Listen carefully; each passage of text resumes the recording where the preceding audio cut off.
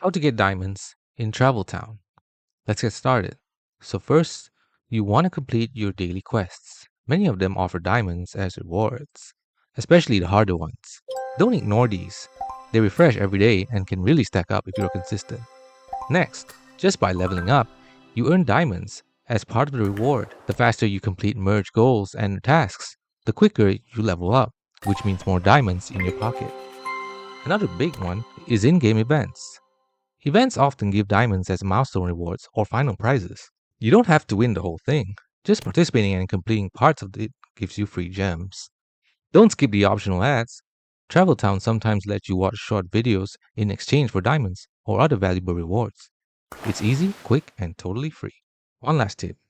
Save your diamonds. Don't waste them on skipping timers. Instead, use them for permanent upgrades, like more inventory space or premium generators. That's the smartest long-term investment. And that is how you get diamonds in Travel Town. If you found this video helpful, hit the like button and subscribe, and let me know in the comments how many diamonds you've saved up.